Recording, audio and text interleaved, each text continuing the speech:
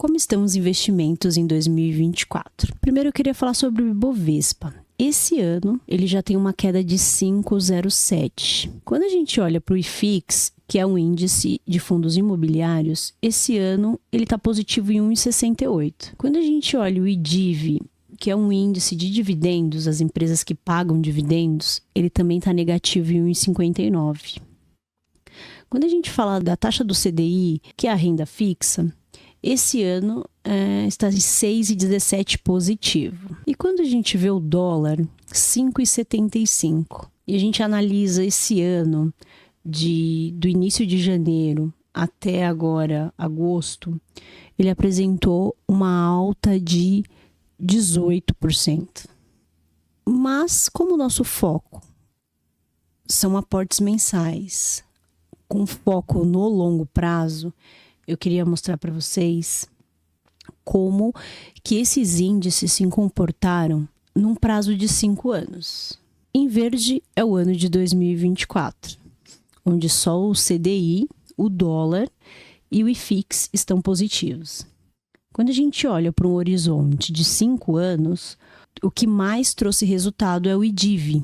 Por isso que esse é um ano de grandes oportunidades. A gente às vezes fica um pouco apreensivo com o ano negativo, com notícias ruins, mas precisamos sempre analisar o longo prazo.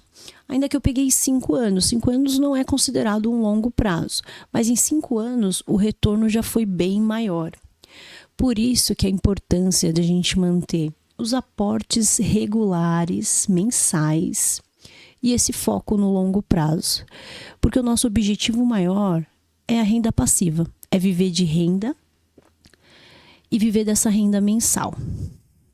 Então, apesar dos pesares que vão aparecer durante o percurso, a gente sempre precisa olhar lá para frente, no longo prazo. O IPCA foi maior que o esperado também. Ele fechou em 0,30% contra uma expectativa que era de 0,23%. Foi o pior IPCA desde 2021, o que indica uma piora na inflação. O acumulado do ano está em 2,82%. E a meta era 3% em 12 meses, só que já estamos em 4,45%. Os maiores destaques dessa inflação são a gasolina, que subiu 1,43%, e as passagens aéreas, que subiu em torno de 19%. A taxa de juros foi mantida e já se discute um aumento caso a inflação continue subindo. O PIB dos Estados Unidos ficou acima também, em 2,8, e a expectativa era 2. Isso pode adiar o corte dos juros dos Estados Unidos, que inclusive na última reunião também foi mantida. Então, quando a gente vê um IPCA ruim e um PIB dos Estados Unidos fortes, pressionam a curva de juros brasileira.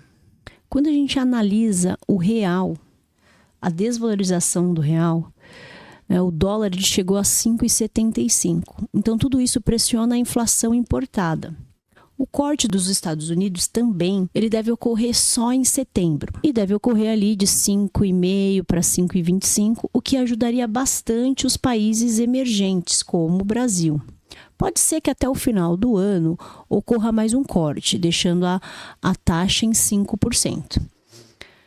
Mas o real, o que nos impressiona é que o real foi considerado a pior moeda do mundo em questão de desvalorização. Foi pior, inclusive, que o peso argentino e a lira turca. No geral, os emergentes sofreram em torno de 7 a 8%.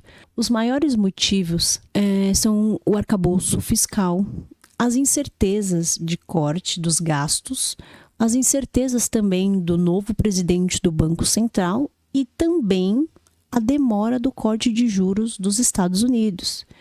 Um real desvalorizado, tudo que é importado fica mais caro. E um outro ponto que também corrobora é o fluxo de estrangeiro. No gráfico, vocês podem ver a saída de fluxo estrangeiro do Brasil. Foi uma fuga mesmo de capital estrangeiro esse ano. Foram bilhões de dólares que saíram da bolsa. O juro dos Estados Unidos, que é um país desenvolvido, está em 5,5, sem risco e muito mais atrativo. Então, quando o investidor ele planeja investir no Brasil, que é um país emergente, subdesenvolvido, que apresenta mais riscos, ele opta por investir nos Estados Unidos, porque numa renda fixa ele já vai ter um retorno de 5,5 sem risco. Por isso que a queda dos juros nos Estados Unidos é bastante esperada pelos emergentes, porque vai fazer uma grande diferença. Outra notícia também importante são quais as ações que sofrem e as ações que se beneficiam com a disparada do dólar. É algo bastante interessante de se analisar, porque a gente vê principalmente as exportadoras e as produtoras de commodities se valorizando, que é o caso, por exemplo, da Klabin e da Suzano, porque a celulose de fibra curta ela é cotada em dólar e a exportação representa uma grande participação dos resultados dessas empresas. Assim como também a Vale, a Gerdau, a CSN Mineração. A Vale, por exemplo, os custos da Vale são em reais e ela exporta muito minério de ferro. Então, isso dá um baita resultado no final. Só que, é claro, isso não é uma recomendação de compra. É preciso analisar os preços das empresas para ver se é o momento adequado de comprar essas empresas que estão se beneficiando com o dólar. E aí, por um outro lado, a gente vê as sofredoras, né? As sofredoras são principalmente as empresas de construção civil, devido à importação do aço. Então, por exemplo, a construtora MRV, Cyrela, e também as varejistas, no caso, a Renner, Casas Bahia, Magalu. Outras que também são bastante prejudicadas são as companhias aéreas, que possuem dívidas em dólar. Então, o dólar aumenta, consequentemente, a dívida também vai aumentar. Então, num momento bem complicado, a estratégia de aportes mensais com foco no longo prazo é essencial. Escolha poucas empresas e boas empresas com lucros recorrentes, dívidas controladas e setores perenes. E agora, sem dúvida, é um momento para aproveitar os bons preços, bons investimentos.